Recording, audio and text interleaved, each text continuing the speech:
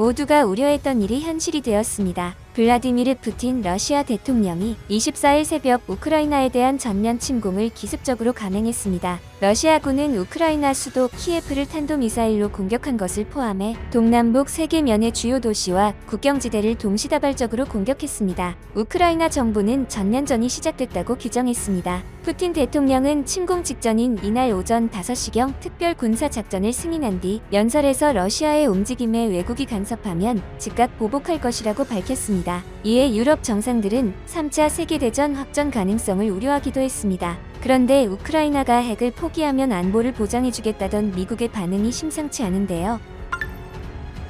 구독과 좋아요 한 번씩 부탁드립니다. 바이든 대통령은 24일 백악관에서 대국민 연설을 통해 러시아의 행동에 책임을 묻고 철군을 압박하기 위해 이 같은 내용의 강력한 제재 방안을 추가로 발표했습니다. 특히 첨단 제품 및 부품에 대한 수출 통제와 러시아 대형 은행의 대외거래 차단과 같은 제재 내용을 구체화해 러시아의 경제 및 국제 경쟁력이 치명타를 입을 것으로 보입니다. 한편 바이든 대통령은 유럽의 동맹을 방어하기 위해 독일에 미군 7,000명의 추가 파병을 승인했다고 밝혔는데요. 또 유럽에 이미 배치된 미군군과 지상군의 동유럽 배치도 승인했다고 덧붙였습니다. 다만 그는 미군은 우크라이나 내에서 싸우러 유럽에 가는 게 아니라 나토 동맹을 방어하러 가는 것이라며 미군은 우크라이나 내에서 러시아와의 분쟁에 관여하지 않을 것이라고 기존 입장을 재확인했습니다. 이처럼 미국은 우크라이나를 지켜주겠다며 핵을 포기시키더니 정작 우크라이나를 도와야 할 때 나토 동맹만을 방어하며 우크라이나에는 선을 긋고 있습니다. 그러면서 현재 미국은 다른 동맹국들의 제재 동참을 요구하고 있죠.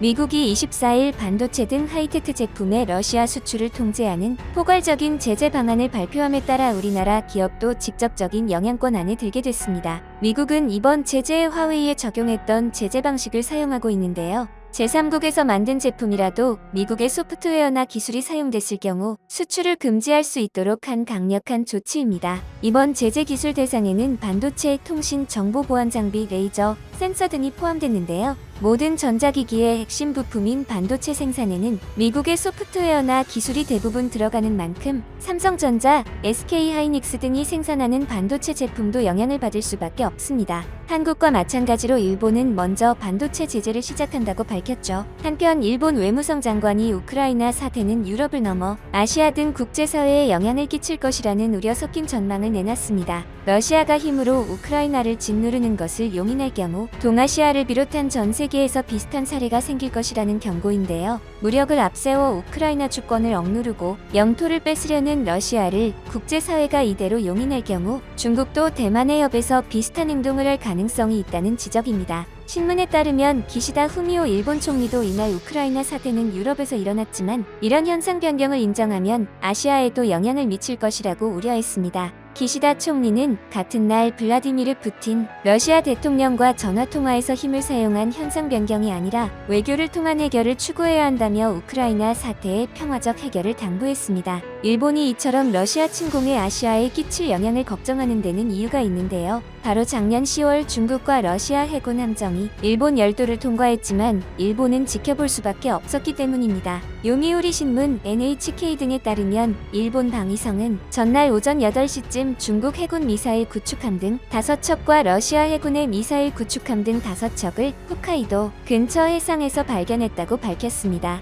이후 함정들은 일본 혼슈와 홋카이도 사이 스가루 해협을 통과해 태평양으로 항해한 것으로 알려졌죠. 따라서 일본은 우크라이나 사태로 국제 정세가 심각해지자 자신들의 안보가 걱정되니 아시아에 영향을 줄 수 있다고 하는 것입니다. 특히 일본은 한국이 동북아의 최전선이라며 한국이 우크라이나 다음으로 위험하다고 주장하고 있는데요. 외신들은 한국은 우크라이나와 다르다며 한국이 침공을 받는 것은 어려우며 만약에 침공을 받더라도 우크라이나와 다르게 미국이 지금처럼 가만히 있지는 않을 것이라는 주장입니다. 왜냐하면 현실적으로 미국은 우크라이나로부터 얻는 직접적인 이익이 없습니다만 한국은 상황이 다르다는 것이죠. 먼저 한국은 60년간 한미동맹을 이어오고 있기 때문에 우크라이나와는 완전히 다르다는 것입니다. 그리고 한국에는 미군이 주둔하고 있어 한국에 대한 공격은 사실상 불가능합니다. 또한 우크라이나에는 무기가 없었지만 한국에는 엄청난 무기들이 있고 그러한 무기를 유럽 등 전 세계로 수출까지 하는 상황입니다.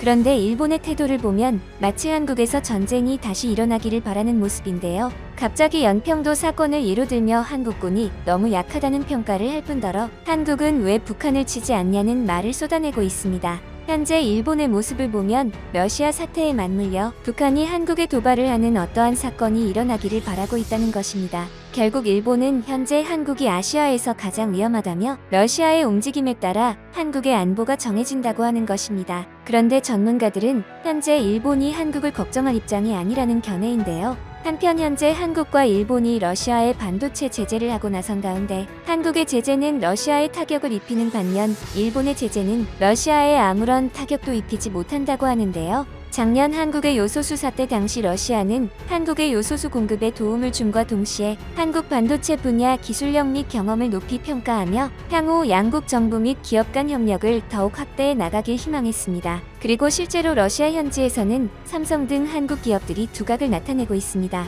반면 일본의 제재는 타국의 제재에 비해 러시아에 미치는 영향이 작다고 평가받습니다. 그러던 중 일본의 반도체 공장에서는 사고까지 일어났습니다. 미국 웨스턴 디지털과 일본 기옥시아가 함께 운영하는 낸드 플래시 공장이 원재료 오염 문제로 가동을 멈춘 것인데요. 전 세계 낸드 플래시 1분기 공급량의 8%에 해당하는 생산 차질이 빚어질 전망입니다. 이에 삼성전자, SK하이닉스 등 경쟁 기업들은 반사 이익을 기대하고 있으며 웨스턴 디지털과 기옥시아의 공백으로 점유율을 더 늘릴 수 있게 됐습니다. 업계에 따르면 웨스턴 디지털은 보도자료를 통해 기옥시아와 합작해 설립한 일본 요카이치, 기타카미 생산시설 두 곳에서 낸드 플래시 원재료 오염이 발생했다고 밝혔습니다. 웨스턴 디지털은 오염된 원재료와 정상 가동 시기 등에 대해서는 구체적으로 설명하지 않았지만 업계에서는 최소 6.5엑사바이트 규모의 낸드 플래시 메모리 생산이 줄어들 것으로 추측하고 있습니다. 이번 생산 중단에 따른 공급 차질로 낸드 플래시 가격 전망도 달라지고 있는데요. 시장 조사업체 트렌드포스에 따르면 기옥시아와 웨스턴 디지털은 지난해 3분기 기준 글로벌 낸드 플래시 시장에서 각각 19.3%, 13.2%의 점유율을 기록했습니다. 트렌드포스는 당초 올해 2분기 낸드 플래시 가격의 5에서 10% 하락을 전망했습니다. 하지만 이번 생산 감소를 계기로 오히려 5에서 10% 상승할 것으로 전망을 조정한 바 있습니다. 이에 SK하이닉스와 삼성전자뿐 아니라 세계 반도체 업황 전망도 긍정적으로 바뀌고 있습니다. 지난해 반도체 업황에 대해 어두운 전망을 내놨던 모건 스탠리의 태도가 최근 확연하게 달라졌는데요. 모건 스탠리는 지난 7일 내놓은 보고서에서 인터넷 기술주의 겨울 폭풍이 지나가면 아시아의 일부 반도체 기업이 선두 자리를 차지할 수 있다라며 한국의 삼성전자와 대만의 TSMC 등이 가장 선호되는 종목이라고 밝혔습니다. 두 기업 모두 파운드리 부문에서 강점을 지니고 있는 데다 해당 업종의 진입 장벽이 높다는 점을 이유로 들었습니다. 이처럼 현재 한국을 포함한 전 세계 반도체 시장은 성장하고 있는 반면 일본 반도체 시장은 암울한 상황입니다. 80년 역사의 일본 대기업 도시바가 공중분해 위기에 처한 지 오래기 때문인데요. 화근이 된 미국 원전 자회사는 물론이고 반도체 사업의 지분도 팔기 위해 백방으로 뛰고 있지만 이젠 추가로 팔 우량 물건마저 바닥나면서 은행에 다시 읍소해야 하는 상황입니다. 현재 도시바가 사실상 그룹 해체 수순에 들어간 가운데 수백 개에 이르는 자회사들의 매각을 추진하고 있는데요. 도시바는 기업 분할에 막대한 자금이 소요될 것으로 예상됨에 따라 자회사들을 매각해 분할에 들어가는 비용을 감축하는 방안을 추진하고 있습니다. 기업 분할은 지금과 같은 상태로는 생존 자체가 불투명하다는 절박함에서 결정됐는데요. 언론들은 1875년 창업의 명문 기업이 해체 수순에 들어가게 되는 것, 폭넓은 사업 분야에서 약 300개의 자회사를 거느린 도시바 같은 대기업이 분할되는 것은 일본에서 처음 등 분석을 내놓았습니다. 한편 영국계 사모펀드인 CVC 캐피털 파트너스가 도시바 인수를 추진하고 있다고 니혼게이자 이 신문이 보도했습니다. 최근 마이크론 등 미국 반도체 기업들이 도시바에서 떨어져 나온 낸드 업체 키옥시아 인수를 검토 중이라는 소식이 들린 지 얼마 되지 않아 이번에는 도시바 인수 가능성이 제기된 것입니다. 이처럼 일본은 현재 일본을 대표하던 반도체 기업이 없어졌습니다. 한국을 걱정하기 전 자신들을 걱정하는 것이 먼저인 것 같은데요. 여러분들의 생각은 어떠신가요?